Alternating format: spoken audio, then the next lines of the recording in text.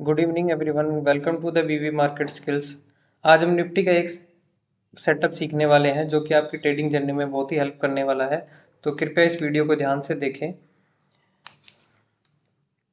सबसे पहले मैंने एक डेली टाइम फ्रेम का यहाँ पे चार्ट निफ्टी का चार्ट ओपन कर रखा है। अगर आप मेरा लास्ट वीडियो निफ्टी का अगर उसमें देखेंगे तो मैंने क्लियरली मेंशन किया था कि जब जब निफ्टी में राइज आया है तब तब एक सेलिंग आई है। जैसे यहाँ से एक सेलिंग आई, फिर एक यहाँ से सेलिंग आई, और फिर एक यहाँ से सेलिंग आई, और फिर एक राइज आया, और फिर एक यहाँ से सेलिंग हुई। और मार्केट ने आज अच्छा मूवमेंट दिया था जिसको मैंने कैप्चर भी किया। और जो मैंने लास्ट वीडियो में फिबोनाची लेवल्स दिखाए थे उसमें भी आपको मैंने समझाया था कि फिबोनाची टूल्स को कैसे आप यूज़ कर सकते हो। तो आज एक मैं आपको 15 मिनट टाइम फ्रेम का एक निफ्टी का सेटअप बताने जा रहा हूँ। तो सबसे पहले हमें निफ्टी में ये देखना है डेली टाइम फ्रेम पे कि इसका रेजिस्टेंस कहाँ है और सपोर्ट कहाँ पे है। तो सपोर्ट जैसे मैंने यहाँ पे ब्लैक मार्क किया हुआ है लाइन से, ये सपोर्ट है इसका शॉर्ट, ये एक रेजिस्टेंस है। अगर हम big time daily time frame में देखें तो इसके बाद इसको स्विच करना है हमें 1 आवर टाइम फ्रेम पे। मैंने 1 आवर टाइम फ्रेम पे इसको स्विच कर लिया है। और इंडिकेटर सेक्शन में आपको जाना है, यहाँ पे एक सिलेक्ट करना है, टाइप करना है EMA, जो ये पहला ही आया है, मूविंग एवरेज एक्सपोनेंशियल। इसको सेलेक्ट करना है, इसकी सेटिंग में जाना है। मैंने यहाँ पे पहले से ही ड्रॉ कर रखा है तो मैं इसमें आपको बता देता हूँ। इसमें आपको जाना है, लेंथ में 7 करना है, सोर्स क्लोज रहेगा, ऑफसेट 0 रहेगा, smoothening line EMA, smoothening length 7 रहेगी, और इसको ओके। अभी क्लियरली मेंशन हो रहा है कि एक ट्रेंड लाइन डिनोट हो रही है जिसके अंदर आपने इस लाइन के नीचे एक 1 आवर टाइम फ्रेम पे क्लोजिंग मिली है। ठीक है। और जैसा कि मैंने आपको फिब का एक सेटअप बताया था, उसको भी हम इसमें यूज़ करेंगे, क्योंकि किसी एक 15 मिनट कैंडल और EMA की कैंडल पे हम रिलाई नहीं कर सकते कि किसी एक कैंडल पे मिलते ही हमें एंट्री ले लेनी है। तो हमें दो दो सेटअप चाहिए। अब इसमें आप वॉल्यूम को भी ले सकते हो। मैंने यहाँ वॉल्यूम भी सिलेक्ट कर लिया है। डेली टाइम फ्रेम पे वॉल्यूम देख लेते हैं क्या है। आज का अगर देखें तो इसमें काफ़ी अच्छा वॉल्यूम आया है। तो इसको मैं दोबारा से अब 1 आवर टाइम फ्रेम पे कर लेता हूँ। 1 आवर टाइम फ्रेम पे कर लिया। और जो फिब रिट्रेसमेंट टूल है, जैसा मैंने कल आपको वीडियो में बताया था, फिब रिट्रेसमेंट को यूज़ करना है। आपको स्विंग देखना है, ये एक स्विंग है और ये एक लो है। तो मार्केट यहाँ से रिटर्न हुआ था तो ये वाला एक स्विंग है।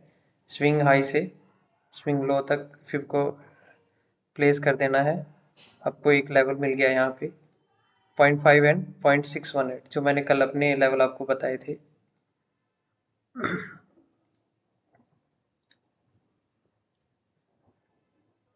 जैसे कि यहाँ से ये एक लेवल था, ये स्विंग का एक 50% एरिया है। तो मैं इस फिब को हटा देता हूँ। सॉरी, एक लेवल और मार्क कर लेता हूँ फिब का। ये एक लेवल मैंने मार्क कर लिया है।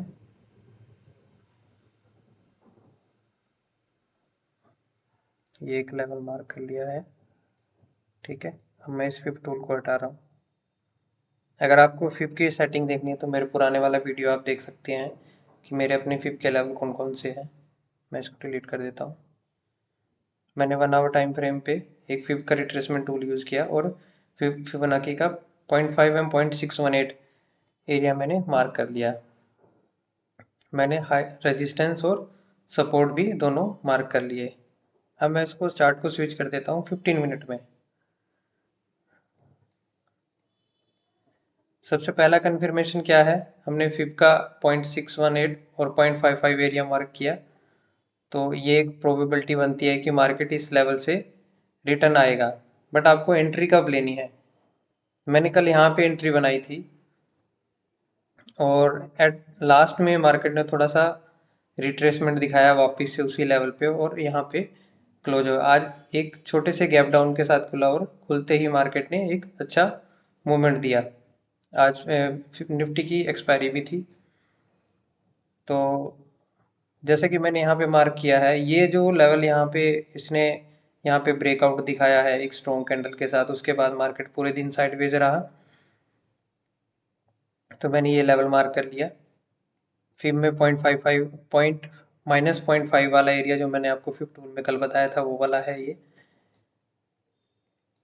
अब जैसे आप यहाँ पे देखोगे, अगर किसी ने निफ्टी की लॉन्ग पोजीशन अगर बनाई होगी, क्या आपको यहाँ पे क्लियरली दिख रहा है कि मार्केट ने इस इंडिकेटर के ऊपर क्लोज किया है 15 मिनट में? नहीं किया ना। तो हम किस बेस पे ये कॉल डायरेक्शन में ले सकते हैं, जरा सोचो ना थोड़ा सा। कि आपने यहाँ पे कॉल लिया, आपने यहाँ थोड़ा सा रिट्रेसमेंट देखा फिर कॉल लिया, आपने यहाँ रिट्रेसमेंट देखा फिर कॉल लिया, फिर आपने यहाँ रिट्रेसमेंट दिखा फिर कॉल लिया। तो आपको एक ऐसा सेटअप चाहिए जो कि आपकी हेल्प करे, आपको एक सही डायरेक्शन में रखे। तो इसीलिए सबसे पहले मैंने डेली टाइम फ्रेम में मार्किंग करी रेजिस्टेंस और सपोर्ट की। फिर मैंने 1 आवर टाइम फ्रेम पे स्विच किया। अगर मैं इंट्राडे ट्रेडर हूँ तो मैंने स्विंग हाई और स्विंग लो का स्विंग लो से एक फिबोनाची रिट्रेसमेंट टूल से एक फिबोनाची जोन 0.5 एंड 0.618 मार्क किया। मैंने यहाँ देखा कि यहाँ पे एक शॉर्ट पोजीशन हो सकती है, बट आपको एक 60 to 70% रेशो वाला एक प्रोबेबिलिटी सेटअप चाहिए। तो अगर यहाँ पे आप देखोगे तो यहाँ पे मार्केट ने एक स्ट्रॉन्ग 15 मिनट के टाइम फ्रेम में एक इस 7 EMA के नीचे क्लोजिंग दी। तो एक कन्फर्मेशन यहाँ बनता है।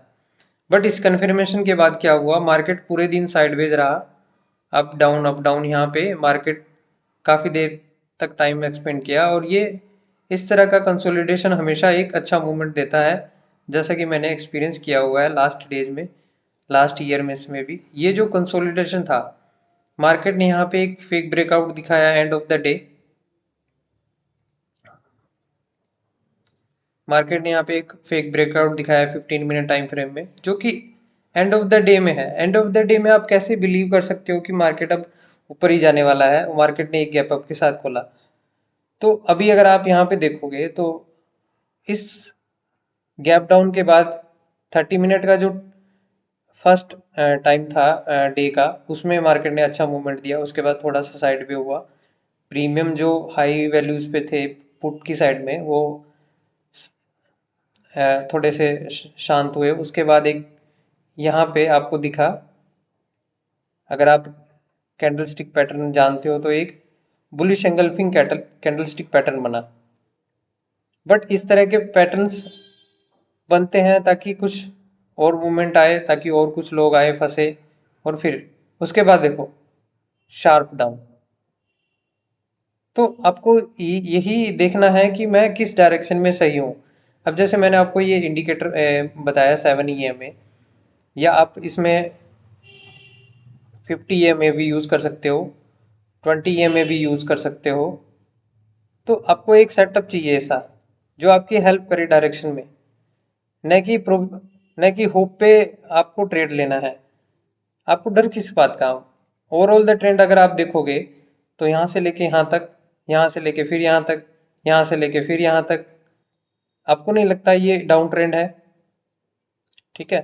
तो मेरा कहने का मतलब यही है कि आपको एक सही डायरेक्शन में रहना है। तो जैसे अब ऐसा तो है नहीं कि हर सेटअप हमारा 100% श्योर रहेगा, इसके भी कुछ ड्रॉ डाउन्स हैं। जैसे कि मार्केट ये डाउन ट्रेंड था, मार्केट ने इसके ऊपर क्लोज दिखाया, फिर यहाँ पे रेड कैंडल दिया, फिर मार्केट एक अपर डायरेक्शन में मूव हो गया। तो यहाँ पे इसने 15 मिनट की एक बुलिश एंगल्फिंग बनी, फिर एक 15 मिनट की कैंडल अप साइड में बनी, और देन इसके ऊपर ही रहा मार्केट। तो क्यों यहाँ हम शॉर्ट करेंगे, यहाँ लॉन्ग जाएंगे। तो इसी तरह से यहाँ पे जब मार्केट ने सिनेरियो चेंज किया, मार्केट ने एक सेलिंग दिखाई और उसके बाद थोड़ा सस्टेन हुआ, यहाँ पे बुलिश एंगल्फिंग बना, फिर यहाँ पे इस CMA को टच किया और उसके बाद डायरेक्शन नीचे है। तो आपको नीचे का ट्रेड लेना चाहिए था। ठीक है। अब इसको अगर हम बैक डेट में जाके चेक करें, लाइक मैं डेली टाइम फ्रेम पे स्विच करता हूँ इसको, कोई भी एक पिछले टाइम फ्रेम का हम ले लेते हैं, लाइक लाइक दिस ना, दिस ट्रेंड ले लेते, ये स्विंग ले लेते हैं, कोई सा भी एक स्विंग। ये स्विंग ले लेते हैं, जैसे कि ये मैंने यहाँ से इस स्विंग का हाई एंड मिड मार्क किया,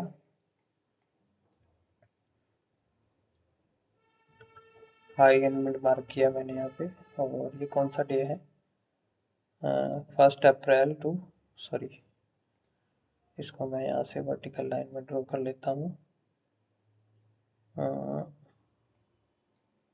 1 अप्रैल टू दिस ना। अब इसको मैं 1 आवर टाइम फ्रेम पे जाता हूँ। 1 आवर टाइम फ्रेम पे ये वाला टाइम फ्रेम था। अब इस टाइम फ्रेम पे देखते हैं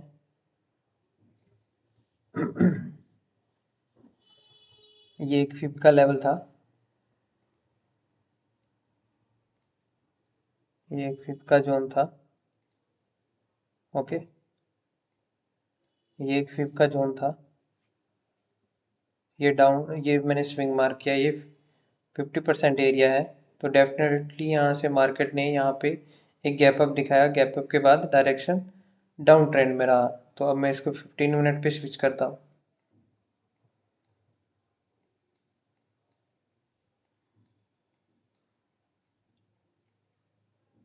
मैंने इसको 15 मिनट में स्विच किया है। जैसे आप देखोगे यहाँ पे बुलिश इंगल्फिंग बना यहाँ पे, जिसको मारुवुजू कैंडल बोलते हैं, मारुवुजू बना यहाँ पे। उसके बाद एक बुलिश स्ट्रक्चर बना, उसके बाद ही CMA के ऊपर ही है। तो मार्केट पूरे दिन इसके ऊपर रहा, देखो इसके ऊपर रहा। यहाँ पे मार्केट ने इसके नीचे क्लोजिंग करी 15 मिनट टाइम फ्रेम पे, और ये एक हमारा रेजिस्टेंस जोन भी था, जो कि फिब का 0.5 एंड 0.618 एरिया है। और मार्केट ने है यहाँ पे एक साइडवे कंसोलिडेशन करने के बाद, अगर आप देखो तो 10 बजे से लेके 1 बजे तक कंसोलिडेशन किया, और यहाँ पे एक 0.5 एंड 0.618 का एरिया भी है। तो यहाँ पे मार्केट ने इंडिकेट किया एक 15 मिनट टाइम फ्रेम की कैंडल इस EMA के नीचे क्लोज हुई, तो शार्प फॉल। अभी जो फॉल है, आप डे का जो प्रीवियस डे का जो लो है वहां तक ले सकते हो, या फिर आप इसको इस तरह से यहाँ पे इस एरिया को मार्क किया, यहाँ पे इस एरिया को मार्क किया, और इस 0.5 0.6 इन्वेट एरिया तक ले सकते हो, जो मैंने आपको फिबोनाची का कल वीडियो में बताया था। और मार्केट फिर यहाँ से शार्प, और मैंने 1.33 और 0.5 -0.5 का एरिया भी बताया। मार्केट ने एग्जैक्ट इसको टच करके फिर नीचे, और ये एक रेजिस्टेंस भी था। तो क्यों ना इस प्रोबेबिलिटी सेटअप पे काम किया जाए, क्यों ना इसको सीखा जाए। मैं इस वीडियो को ज़्यादा लंबा नहीं करूँगा। तो आपको अगर वीडियो ये अच्छा लगा है तो प्लीज़ इस वीडियो को लाइक करें, सब्सक्राइब करें, और डिस्क्रिप्शन बॉक्स में मेरा टेलीग्राम चैनल का लिंक दिया हुआ है, यूट्यूब चैनल का लिंक दिया हुआ है, तो कृपया उसको भी ज्वाइन करें। और ऐसे ही लर्निंग कंटेंट को देखते रहने के लिए, पाने के लिए प्लीज़ सपोर्ट करिए। Thank you everyone.